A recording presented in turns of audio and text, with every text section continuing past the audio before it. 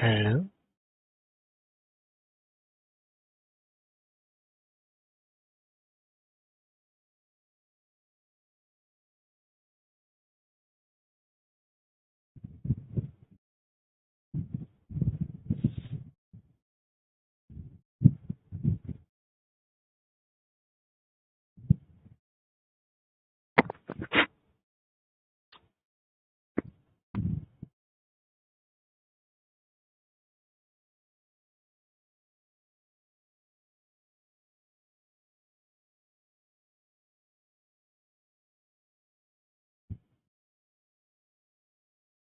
Mhm.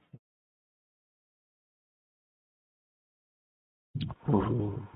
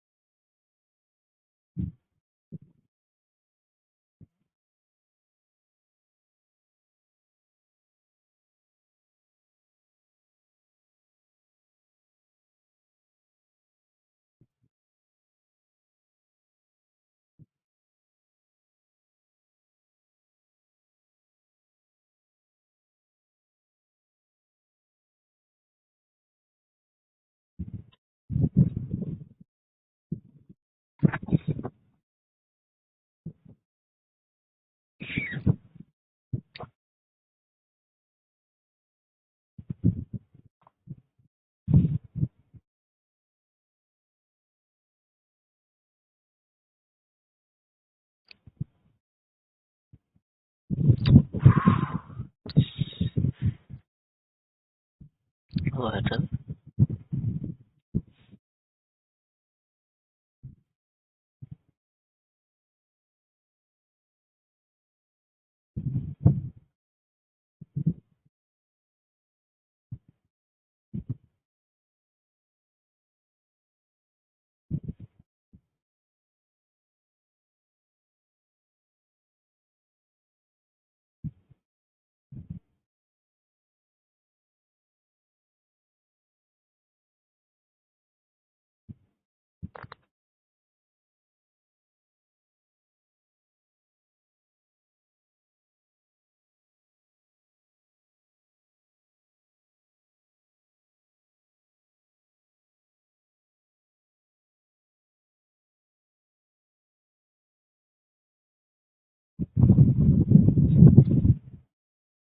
Sorry.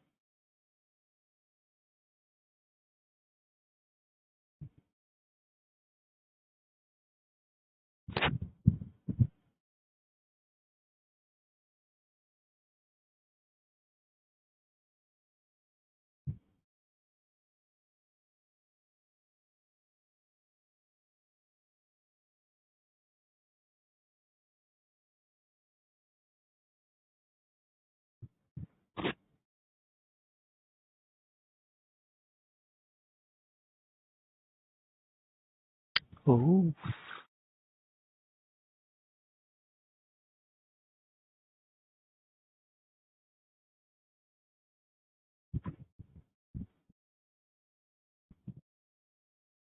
One minute.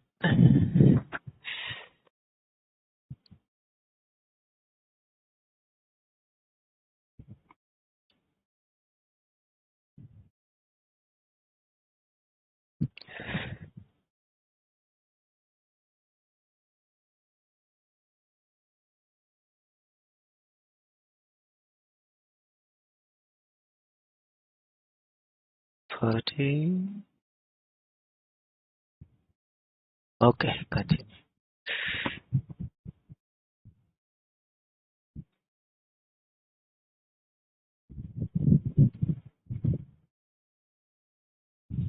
Ooh, nice.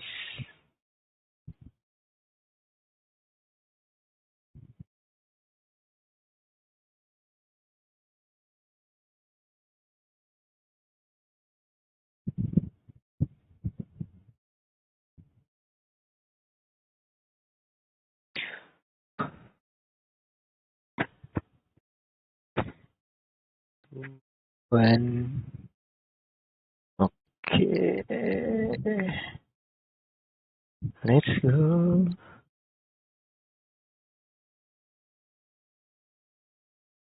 Ooh.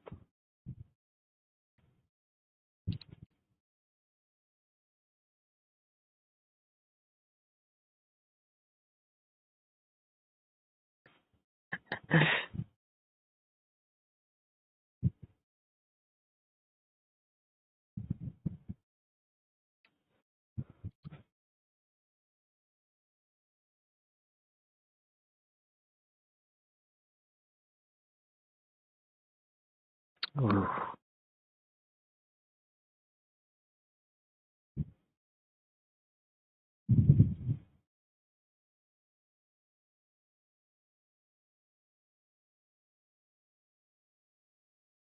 Engine on.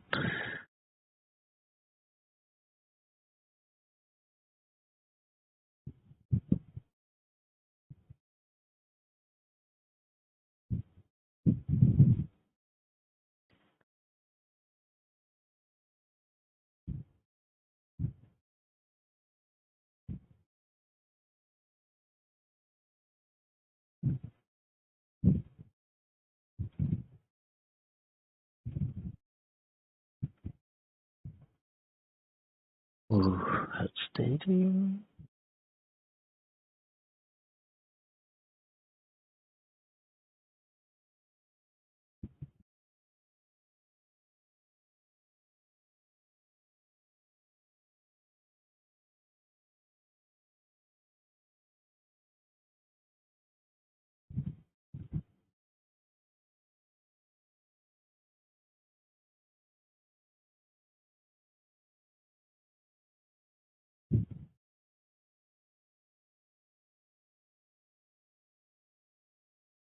Still on.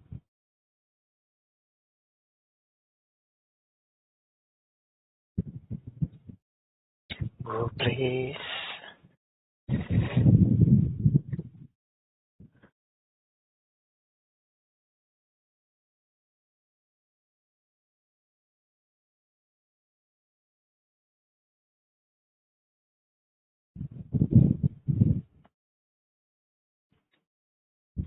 Oh, what's taking? It's like, ooh, wow. Nice.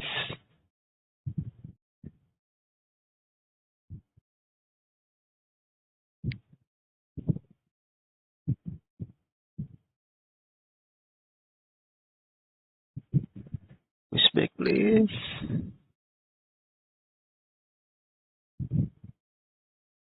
Respect, respect.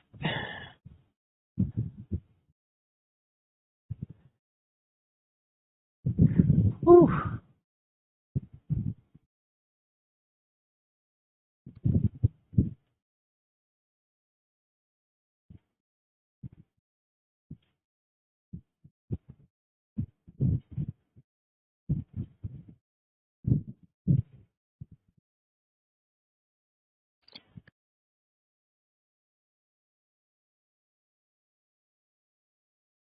Wow.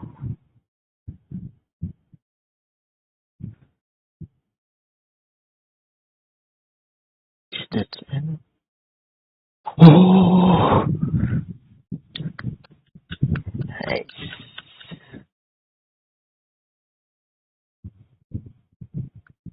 Wow.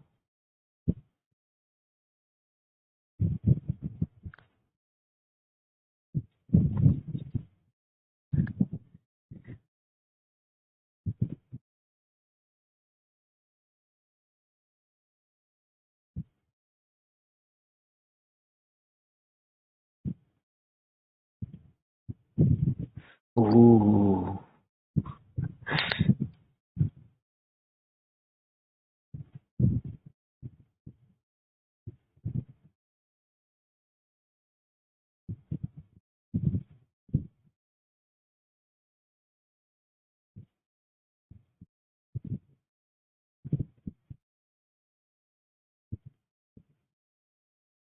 Ooh.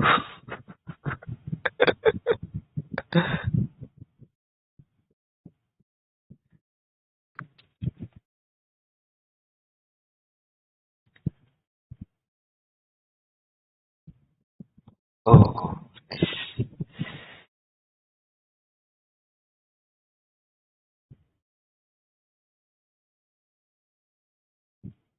This crazy.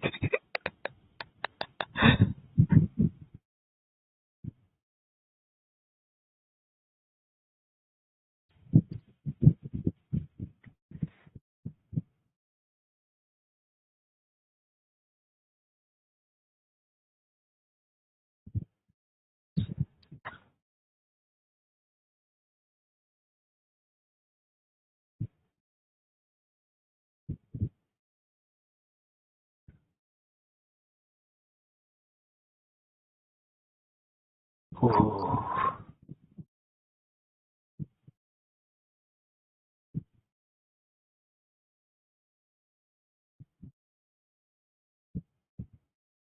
Ooh. Wow. 8, 7.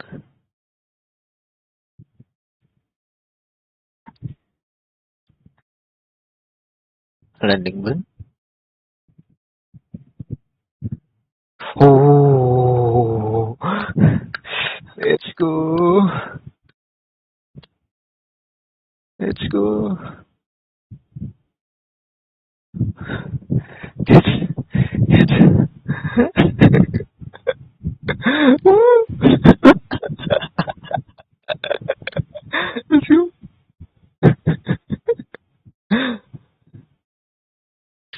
Oh.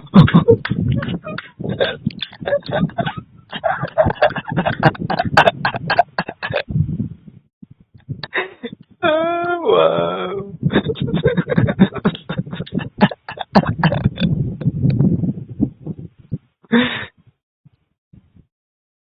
Oh.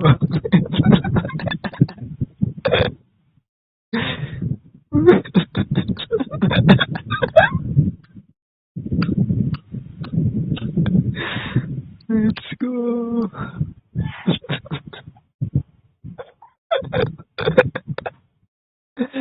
Uh,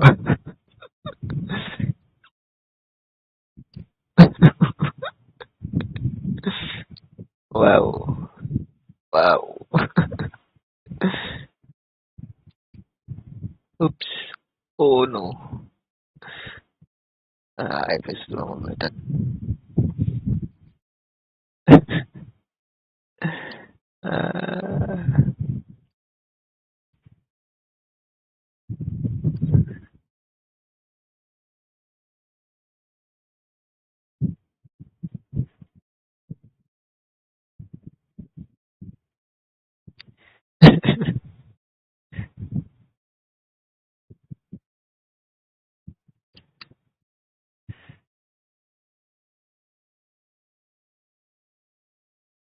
that's crazy.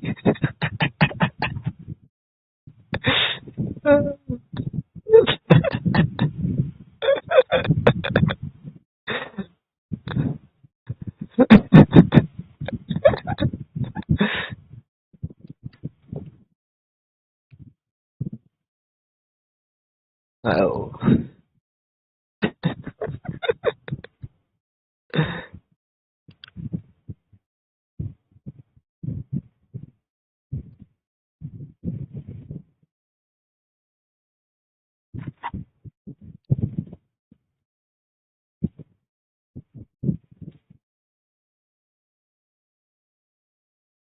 Wow.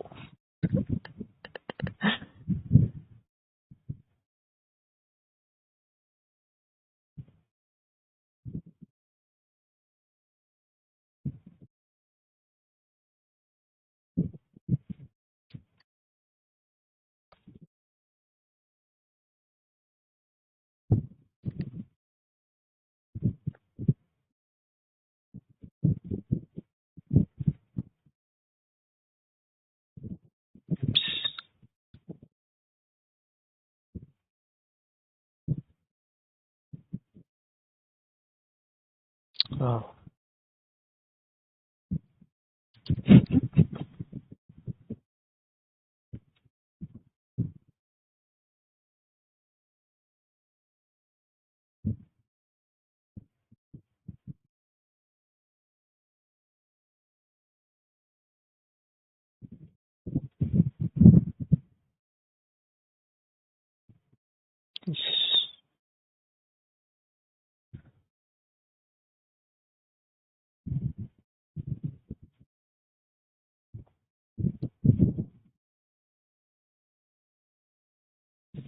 Wow.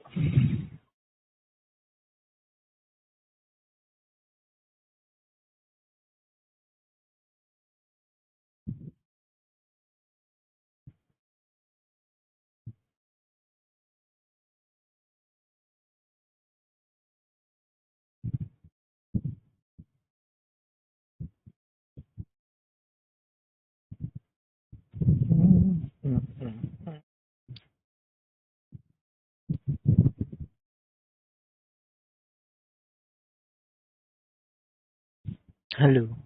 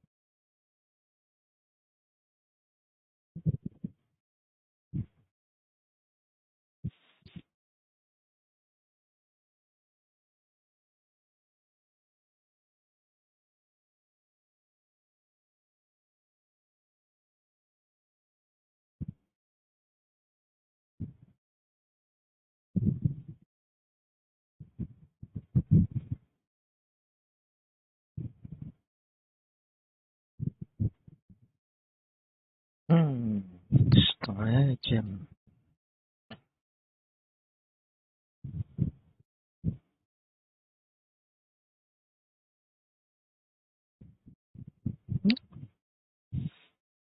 Oh, catching mechanism.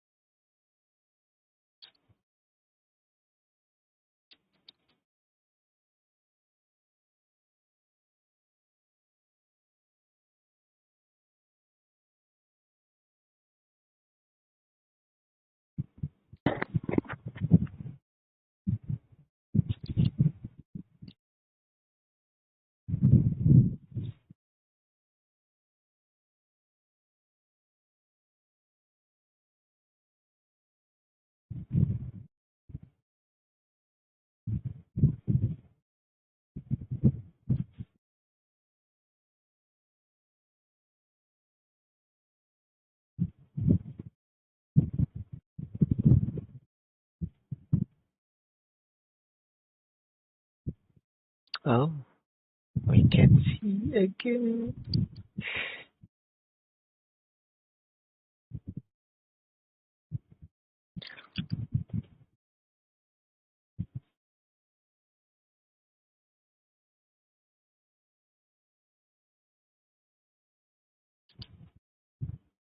Oops. Oh, I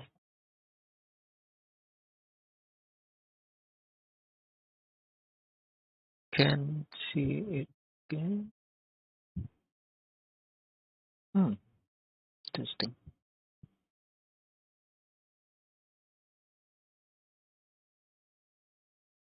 Nope, too bad.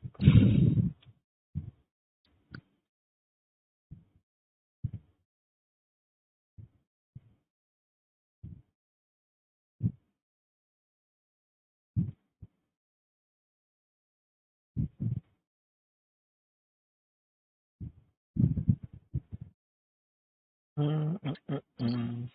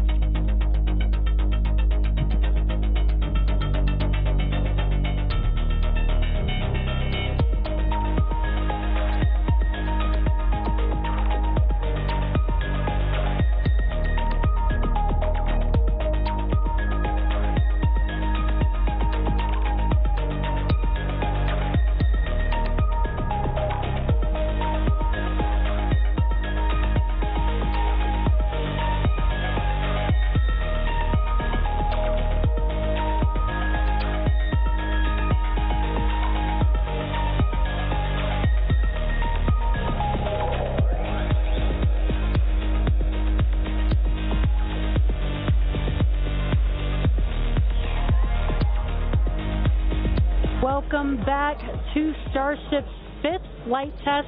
It has been an exciting day so far. Even the crowd here is still so excited. We lifted off from Starbase at 7:25 a.m. Central Time. The Super Heavy booster and ship had a successful separation as well as a good boost back burn and good separation of the hot stage adapter. The Super Heavy booster then completed the landing burn with 13 Raptor engines igniting and slowing down the vehicle perfectly for MKAZ to catch the Super Heavy booster for the first ever land recovery of the vehicle.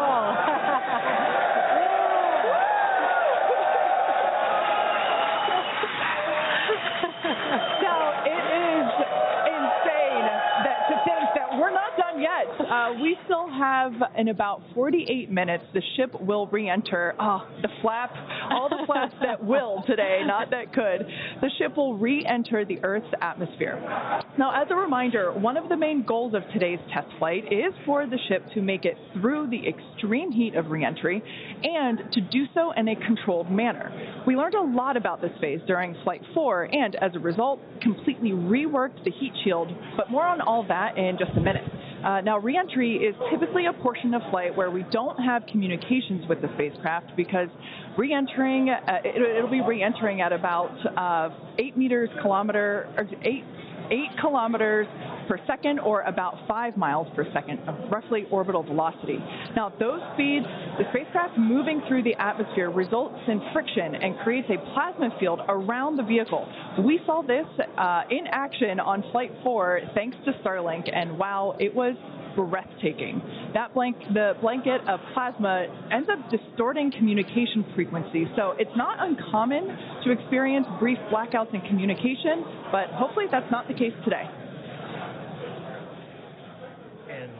And Kate, that's where Starlink has just kind of been just the unsung hero and the MVP of this test campaign. I mean, it's able to give us data, not just awesome video, but also data in real time as we're going through reentry. I mean, this is something that throughout the history of spaceflight just hasn't been possible. And this is an environment that is so unforgiving, so hard to model, so hard to understand. And for the first time ever, we're able to literally watch as it unfolds in real time, get that data in real time. And we're able to do that with Starlink. And it's great for us because we get to see something. We get to see the greatest light show on the planet or off the planet. But what it means for this program, we're able to learn tremendous amounts about our heat shield, our angle of attack, everything that we're doing as we're coming in through the atmosphere at hypersonic speeds.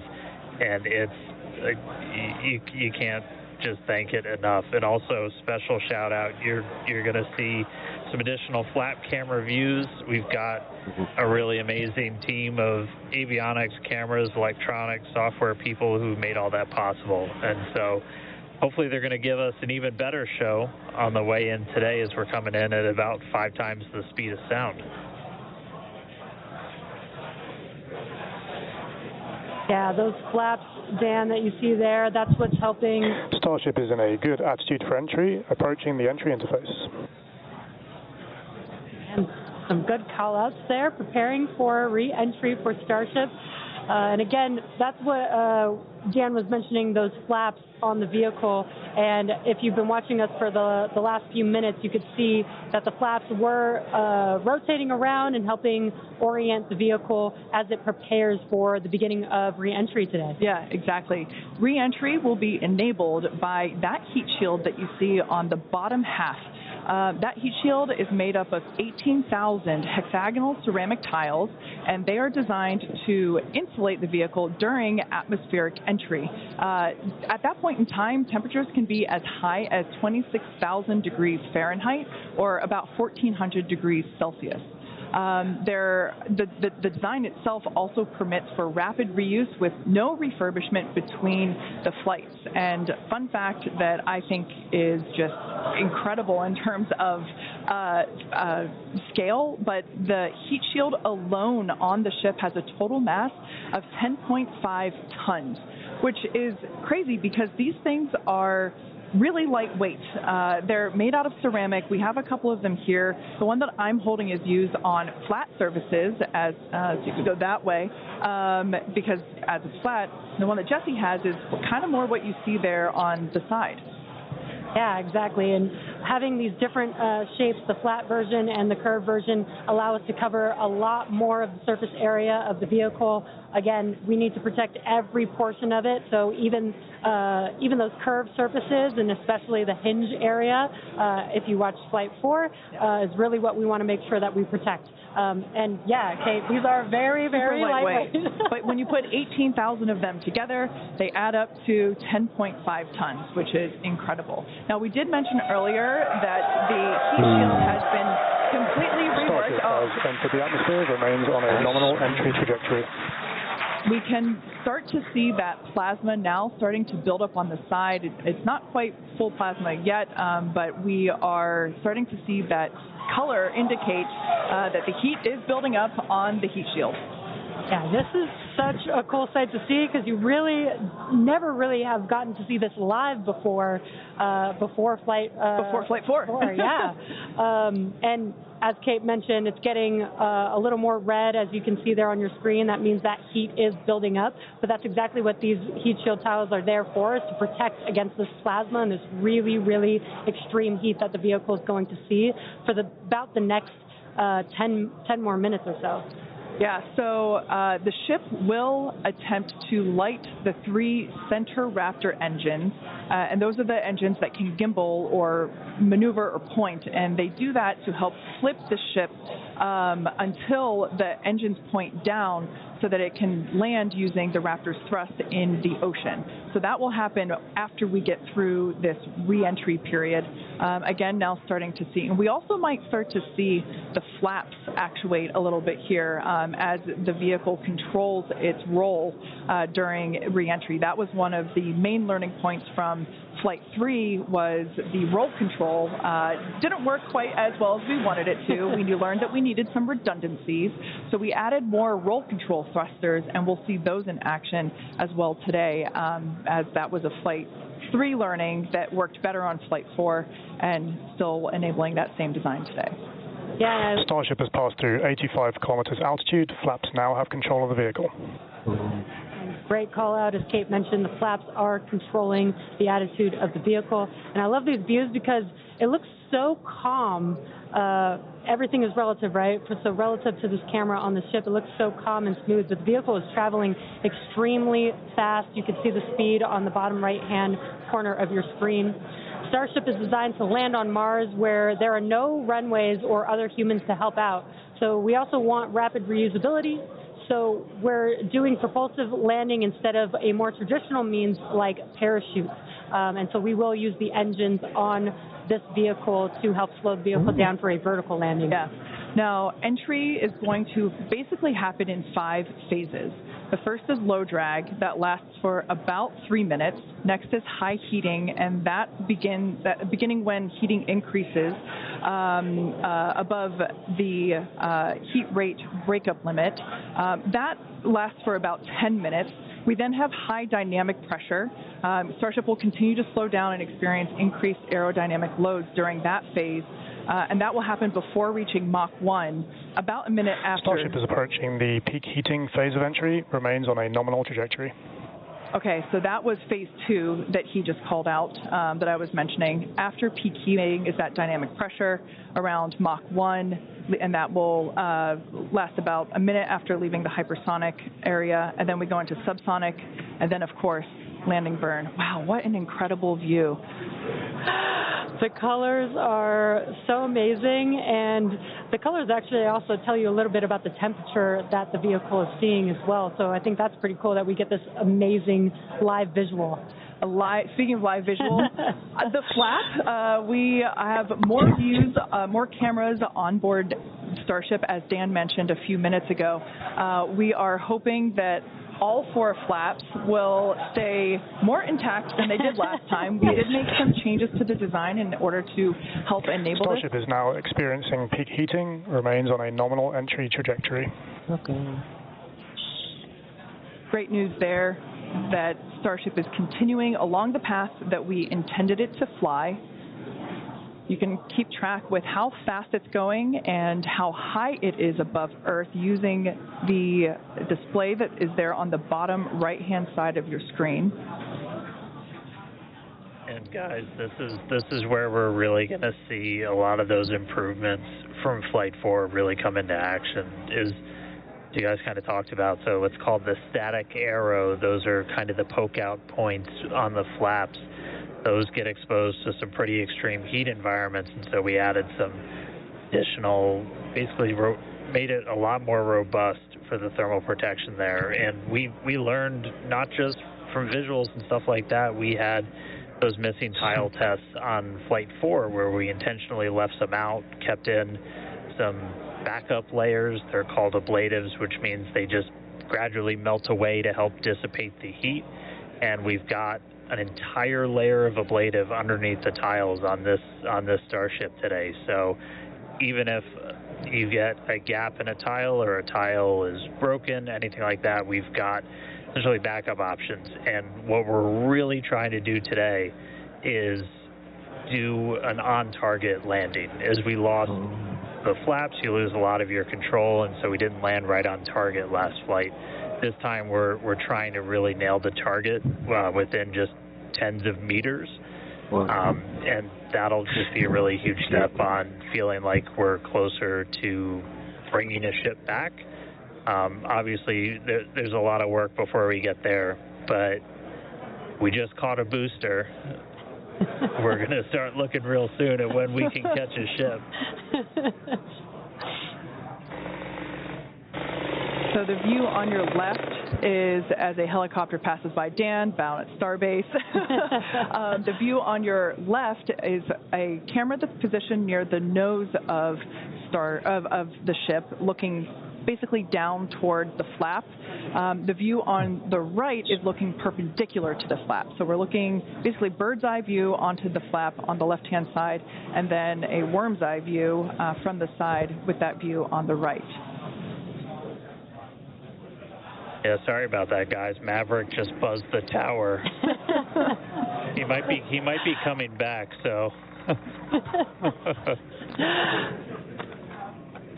Now, these views brought to us by Starlink. It's incredible that we have this high-definition capability. In fact, that view on the left... Starship is now halfway through the peak heating phase of entry, remains on a good trajectory. So great news there, hearing that we're about halfway through the peak heating phase. Like I said earlier, this lasts roughly 10-ish minutes. And we did hear earlier that the flaps have control of the vehicle, so also good news there. You know, it is incredible that we've basically had views the entire time. Right, yeah. Although thanks to Starlink. my memory did black out a little bit after booster catch, so I think we had views. But, you know, all through the coast phase, we had some beautiful views of planet Earth behind the ship as it was in its orbit. Yeah, and I also do want to point out on your right-hand screen, we've got a more encompassed view of the flap. As we watched in Flight 4, the hinge area was the area where we got a little bit of that burn through. This view, this new camera view on the ship, will help us be able to visually see more of what's happening in that area. And again, we have improved our heating tiles, and so hopefully we've protected the hinge a lot better this time. Landing chill has started.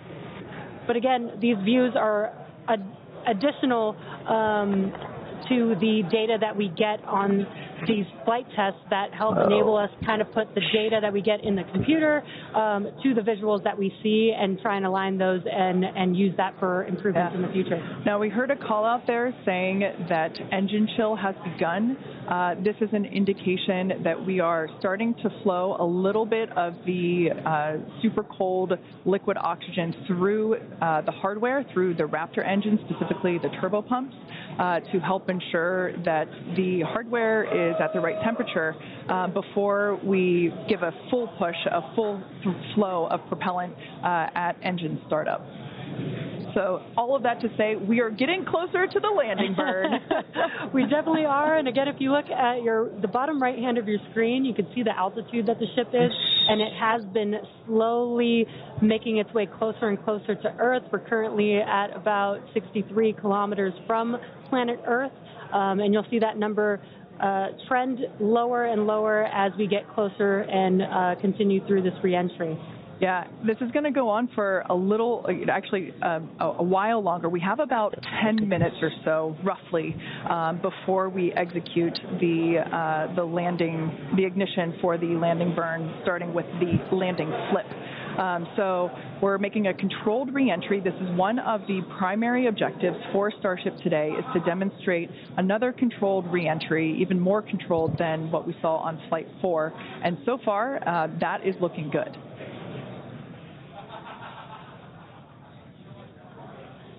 And then as we as we start to really get lower, we're going to start seeing the atmosphere's effects start to take place, and that's when we'll be dropping our speed down closer to the speed of sound. You'll see the flaps start to maneuver.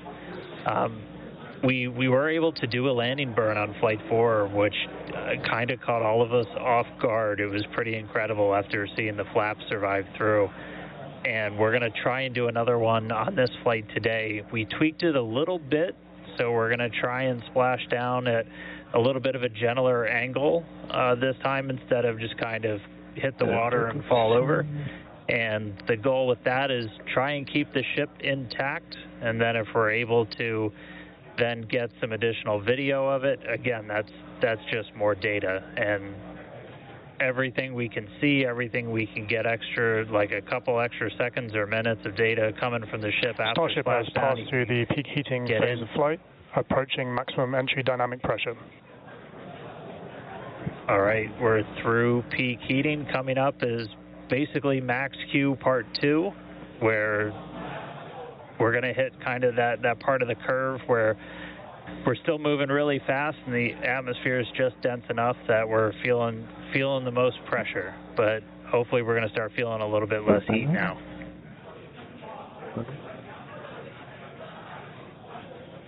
Looks like we got more views of each of the flaps on the ship as it's making its way back down to Earth. And we did pass through peak heating and still got really good views throughout that whole period. Typically, during the highest heat on the vehicle, we tend to build up a lot of plasma, and that's typically when we would lose, connection or views of the vehicle. But again, with Starlink, we were able to get some live views throughout that entire process there. And we're coming up, we'll start hearing a couple more milestones in about 4 minutes or so when we start getting down to like the transonic, the subsonic, when we're starting to move closer to and beneath the speed of sound. And I mean, we're getting live views, we're getting live data. We've got a couple additional tests on this one today where we left off some missing tiles again to test some additional backup layers. We also have, I don't know if we can still quite see them in this view, but you may have noticed we had some kind of silvery looking tiles on Starship as well. And those were pretty much standard tiles, but they were wrapped in aluminum.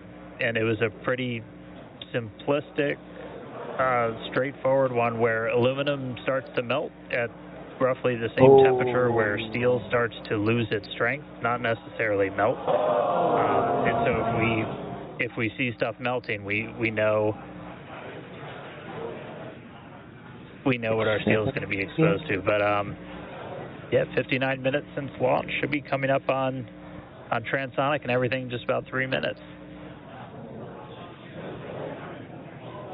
Now the views here, we have coverage of all 4 flaps. We can see, so for those that perhaps didn't catch a glimpse of the vehicle before liftoff, there are 2 flaps at the forward end and 2 flaps at the aft end. The larger camera view that is there on the right-hand side of your screen, that is a view of one of the aft end or the bottom end flaps.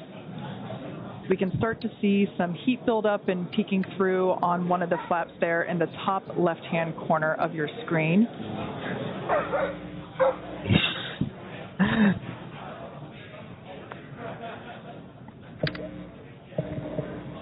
Once again, Starship now at T+1 hour and 9 seconds into its flight today, re-entering the Earth's atmosphere.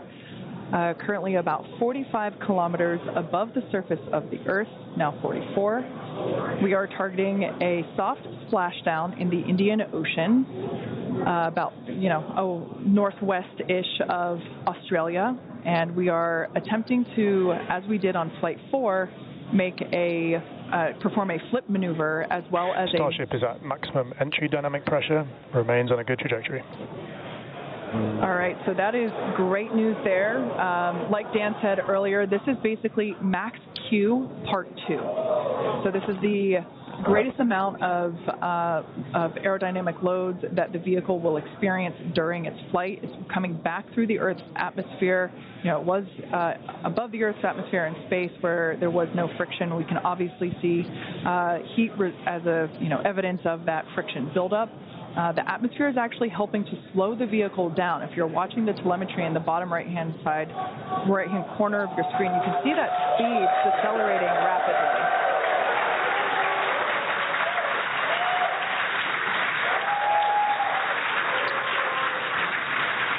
Now, the 4 flaps on the ship help steer the vehicle, and one of the main objectives for the ship today is to demonstrate controlled re-entry during this phase of flight, this re-entry phase.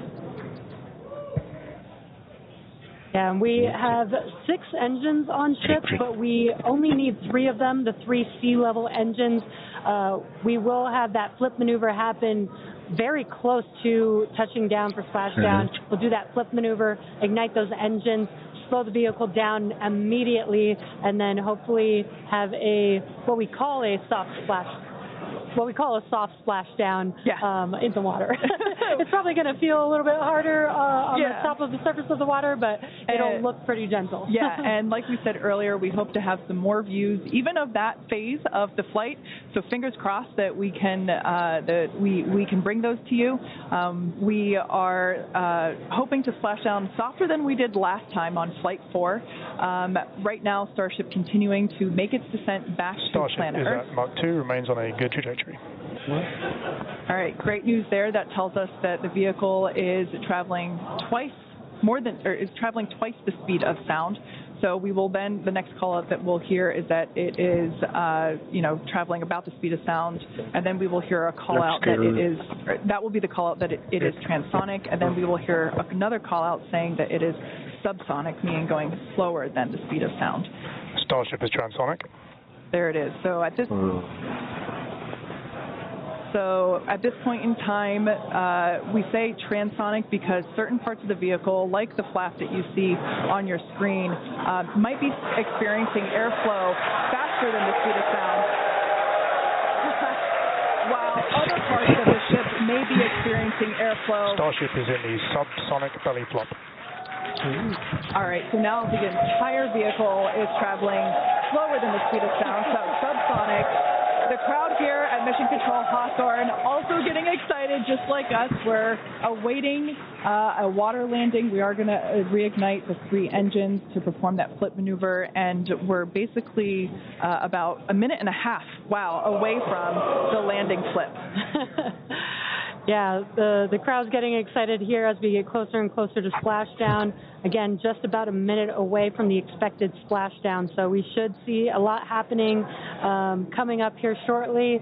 We're currently having a view of one of the flaps, and it is a little bit dark on your screen, but hopefully we'll get some good views of the ship as it makes that flip maneuver and touchdown for splashdown. Yeah, guys, we saw that speed drop like a rock. So we're doing a belly flip right now, or a belly flop right now. That's what's kind of, if you saw the high altitude campaign, that's a unique thing about how Starship comes back. So we've bled off pretty much all of the speed we're going to. We're essentially at terminal velocity. Starship is at 20 kilometers altitude, remains on target.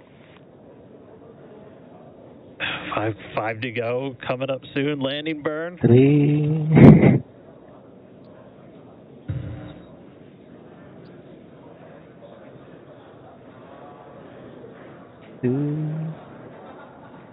2 kilometers away. Starship is on target. Approaching landing burn startup. Ooh. 1. So keep an eye on the bottom right-hand side of your screen as well. That will be the indicator when the Raptor engines ignite, if we are unable to see that illumination ourselves. Landing burn startup. It's cool. What a cool view of the reflection of that landing burn. You can see the water just behind the ship. It's cool.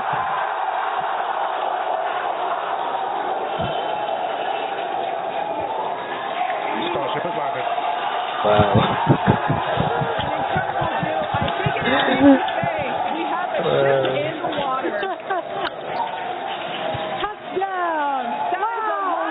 What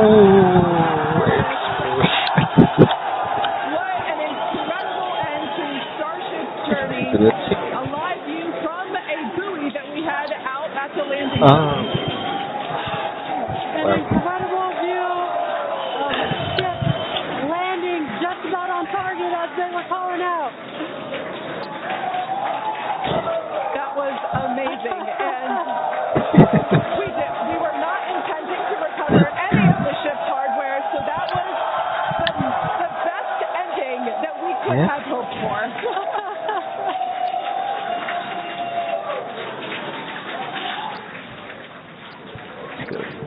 Man, I don't think we're going to be able to get a ton of extra video of the heat shield, but we hit the target. We hit the target. Yeah. I mean, we hit the target because we had these buoys placed in a pretty specific spot, so wow. What a day. I feel like that's what I get to say. What a day. I mean, everything started off today with that launch. We were able to lift off towards the end of our window, 7:25 a.m. Central Time. 33 out of 33 Raptors in the way uphill. Successful hot stage. Booster came back. We watched it come down right behind us. Watched it get caught. And that broke my brain for a while. I'm really happy we had coast for a bit, but that's first ever booster catch, major step on the way to rapid reusability, and Ship just gave us one heck of a show, making it through a controlled re-entry this time, flaps intact, made it down to the water. Hey, Starships were meant to fly, and it sure as hell flew today, so let's get ready for the next one. Over to you guys. They were meant to fly, and they were also meant to be caught by MKAZ. Yeah. It's been such an incredible day today. Congratulations to our teammates and to everyone who supported the Starship program. And thank you to all of our future customers for your support. And we'll also like to thank the people of Cameron County, Texas, as well as the Coast Guard, the Federal Aviation Administration, the Government of Mexico, and the Australian Space Agency. Now be sure to follow SpaceX on X for more updates on today's test flight and, of course, for future Starship news. Today was amazing, but the SpaceX action isn't over yet. Soon Falcon Heavy will launch NASA's Europa Clipper, and we're also going to be returning Dragon back to Earth with NASA's Crew 8 astronauts. So congratulations again to the SpaceX team. What an amazing launch and an even cooler catch. Thank you for watching, but we're going to leave you with an awesome recap of what has been the most epic day.